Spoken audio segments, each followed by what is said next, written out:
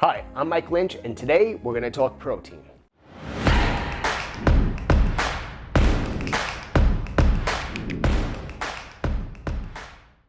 Okay, welcome to part number 2 on protein. In video number 1, if you didn't see that, go check it out. We talk about the 10 most common myths that plague the fitness and nutrition industry. Okay, so let's get into protein. As you see laid out here, I have some proteins, and we'll talk about the benefits. And wouldn't be a Mike Lynch video if I didn't do some misconceptions or myths. So we'll do that at the end. So let's get started. Let's talk about protein and what I actually currently eat myself, what I advocate to my clients, and some other proteins that you might want to consider putting in your diet. Okay, so if you go over here, we have a flank steak, okay, which is relatively lean. It's got some fat in it, okay, and we have a bone-in pork chop. Okay, these happen to be some of my personal favorites. My body responds really well to those. These two proteins in particular keep me very strong. And I notice that I put on a good amount of muscle when I keep those in my diet. Okay, obviously the standard grilled chicken. We have lean turkey burgers. Okay, so you could obviously use fresh turkey, real turkey, not packaged turkey. And actually another one of my favorite is chicken thighs. Yes, they're a little higher in fat, but we all know in 2020 that fat is not a bad thing. So these are going to be your poultry. They're very delicious, high in protein. And if you're someone that is watching fat content, obviously these two would serve you very well. Okay, we all know the benefits of omega-3s, and the best place to get that is going to be cold water fish. This is wild salmon. When it comes to salmon, if it's not wild caught and it's farm raised, actually farm raised salmon is actually illegal in certain countries. So if you can get your hands on wild caught salmon, then it's a great idea to eat it. And if it's farm raised or you just don't know what it is, leave it alone, because the things they feed it is really bad. Obviously we have eggs, so you could do egg whites, you can do liquid egg whites, and you obviously can do the whole egg. Now, for people that don't want to eat animal flesh, and obviously there's more animal proteins that I don't have here, like buffalo and bison, they have their merit as well. But if you're someone that, for religious reasons, or you just don't like the taste of animal flesh, some people just don't digest and assimilate animal protein well. It's been my belief and my experience that most people can, especially if they have enough hydrochloric acid in their stomach, and slowly put that into their diet if they've abstained from animal flesh. But sometimes people just don't want to eat animal flesh, and I respect that. So for those people, obvious things like tofu are going to be really well, or you're going to do well on. Beans, if you can assimilate that. And there's obviously things here that I don't have, like lentils and different types of tofu. And when it comes to protein powders, you have rice protein powder, pea protein isolate, so those are beneficial as well for somebody who doesn't want to eat animal protein. Okay, and then lastly, we have the dairy. Okay, so we have some Greek yogurt here, have some cottage cheese, and actually regular cheese. So this is string cheese. And lastly, we have protein powder.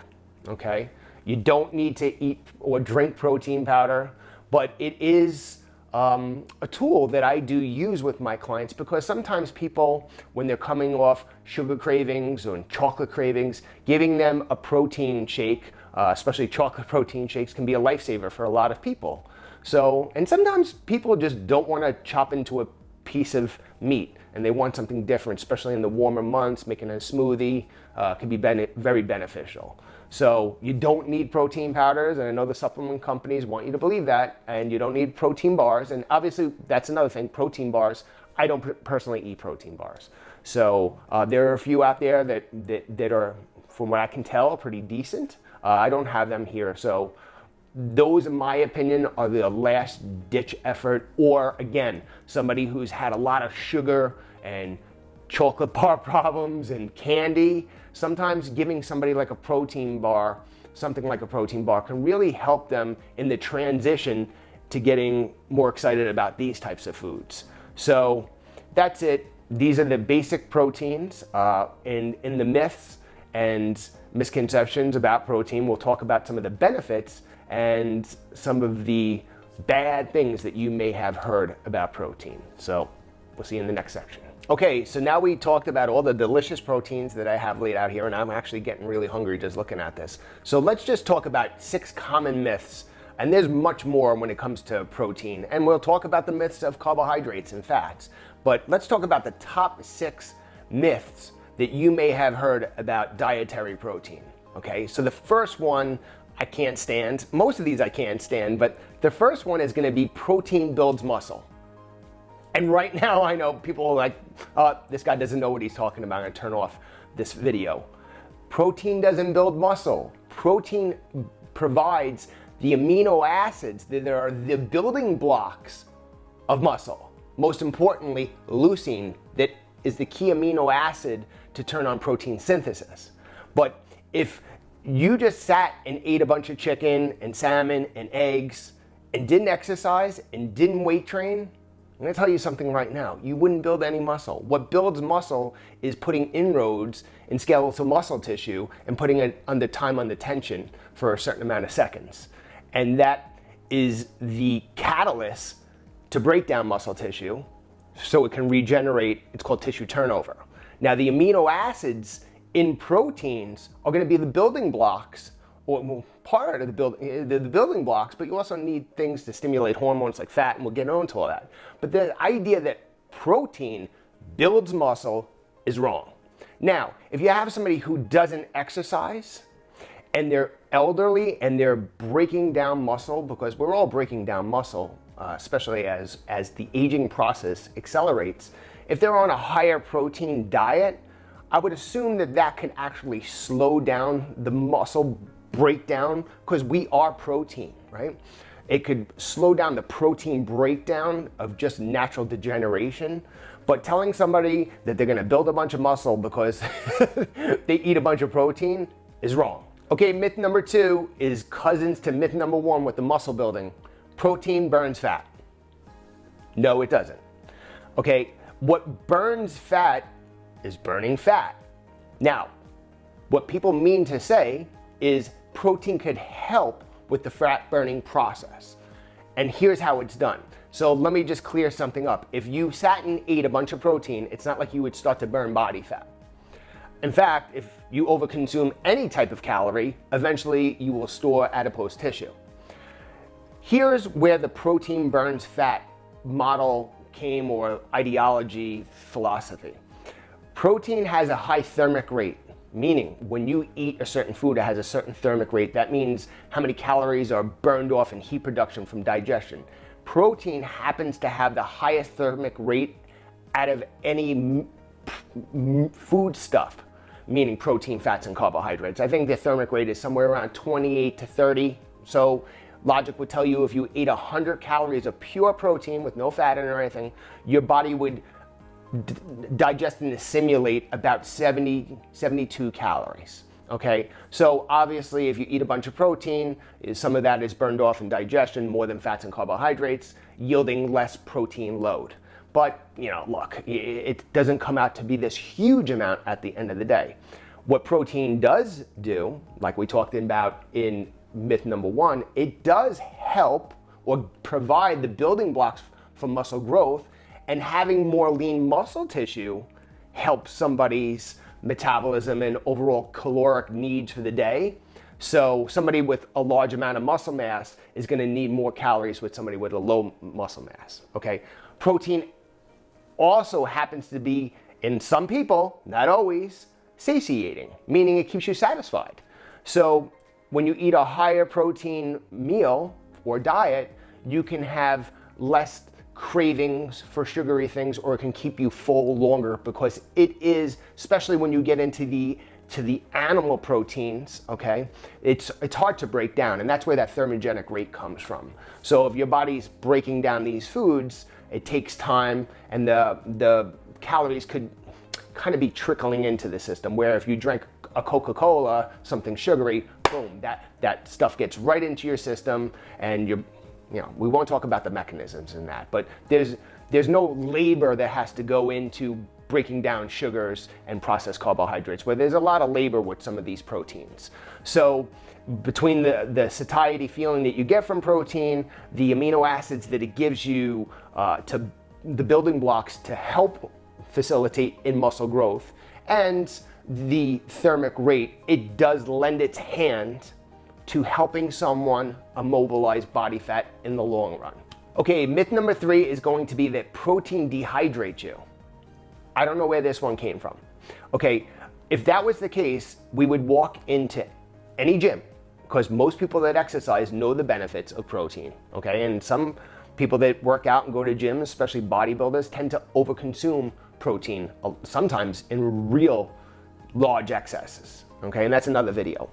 But most people that exercise or fitness enthusiasts are gonna eat a decent amount of protein.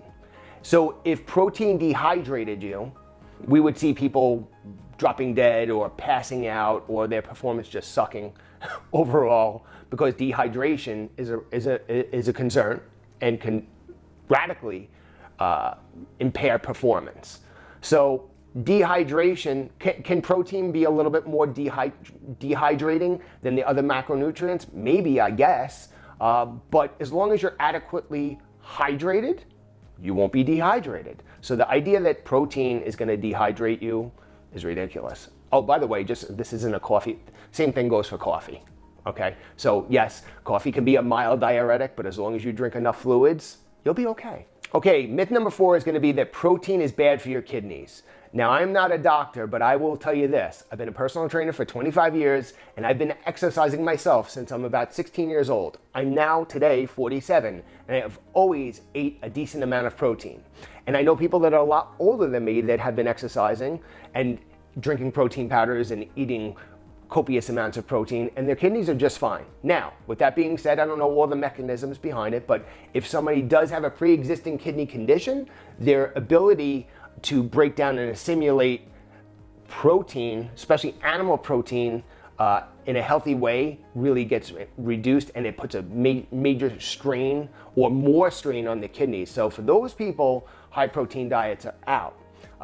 Actually, to be honest, if you lower your protein really low, like some diets advocate, unless you're eating a high fat diet, well, what's the other thing you can overeat? Carbohydrates, and we'll talk about this in the carbohydrate video, but too much carbohydrates can actually cause type 2 diabetes in certain people, and that can actually affect the kidneys really bad.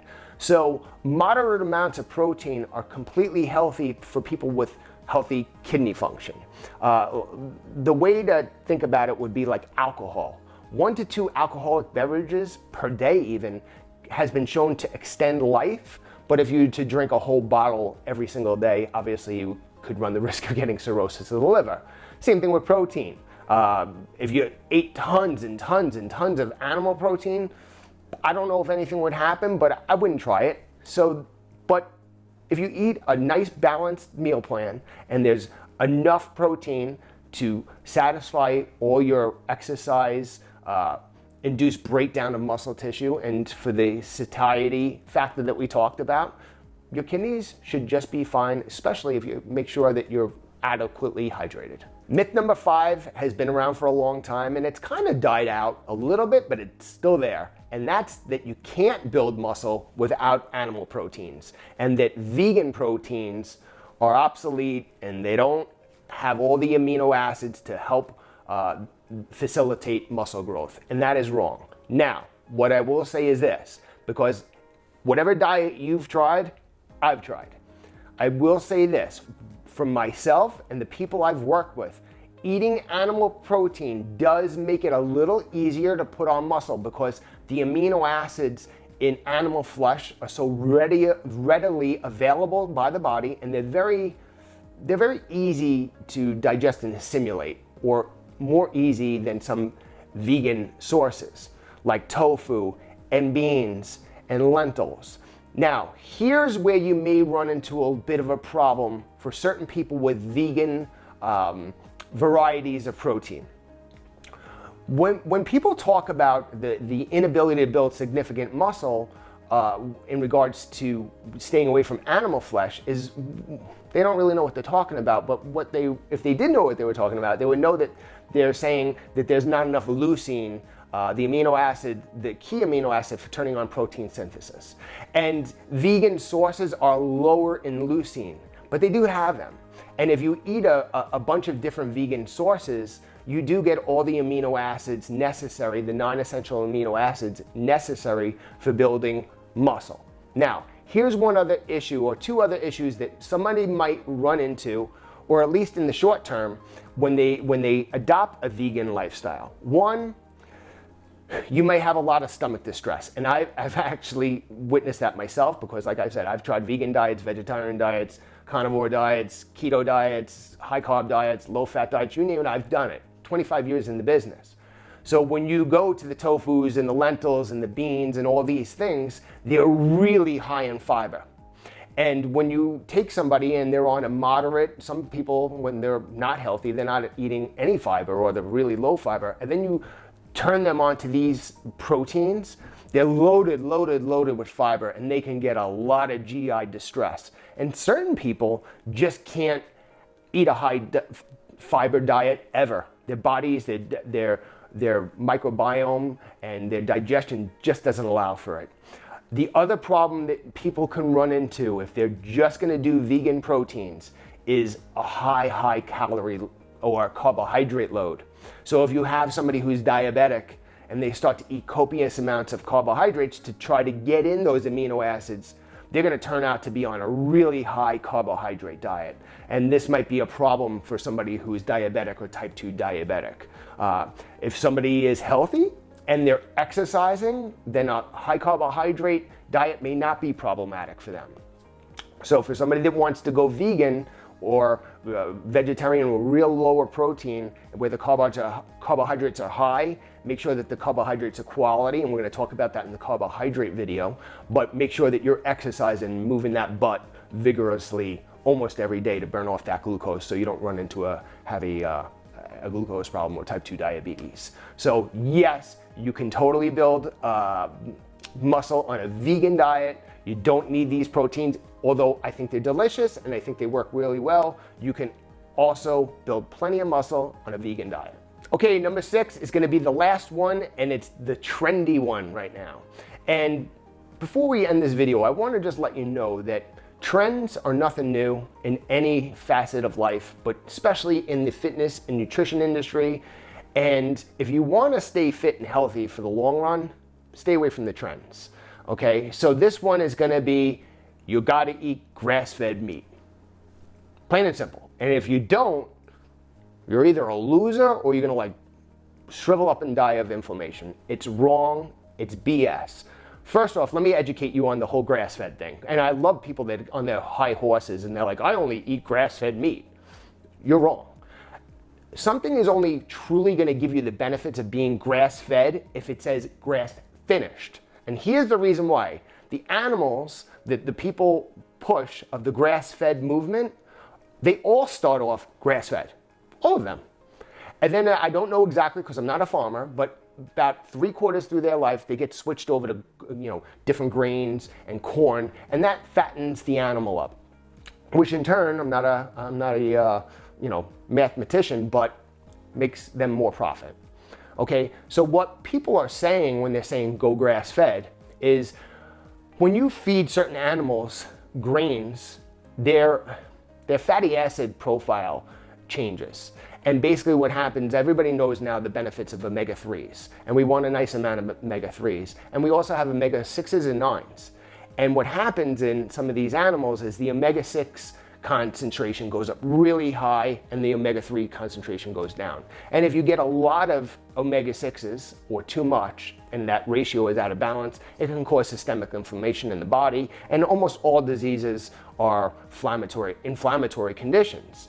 So if you have the financial means or the access to 100% grass finished, 100% grass finished meat, and you have the ability to purchase that every week, then by all means, go ahead. It definitely has a better profile. But the idea that if you don't eat grass finished, you're a loser or you're not gonna be fit or you're not gonna have a great body is ridiculous and it's a trend. And I gotta tell you something, there's a lot of people that are buying these things, and people I've worked with, they're like, proudly, I only eat grass-fed meat. But they don't realize that grass-fed meat, because it is grass-fed. And they're allowed to label it like that because it only got corn 3/4 through the way, or grain, the last quarter of their life before they went to slaughter. So they did eat grains. They just start off on grass, but most all animals start that way, especially the ones that are sold that way. So realize that it's a trend. If you have access to it, you have that financial means, yeah, it definitely got a bit of a better profile. So what do you do if you can't eat those foods or you don't have access to those foods? Make sure that you're getting omega-3s through wild-caught salmon or walnuts. Flaxseed has omega-3s, but there's some studies showing it doesn't convert that great in the body. But we also get it from supplement form. So if you want, you can take a quality, low or no mercury fish oil supplement, or even algae supplements provide that omega-3 to offset some of the extra omega-6s you may get from conventional meat. And look, I eat conventional meat. If I have grass finished meat and it's available to me, I'll purchase it as long as I don't have to remortgage my house to buy it. But just know that you don't have to. And I'll leave you with this. A lot of the people that are pushing that you must eat that stuff, a lot of times at the end of their video, they tell you about the promo code at the bottom of the video about the company that you can get these meats from that they get a kickback on. So it's healthy. I'm not arguing that, but a lot of people just don't have the ability to eat these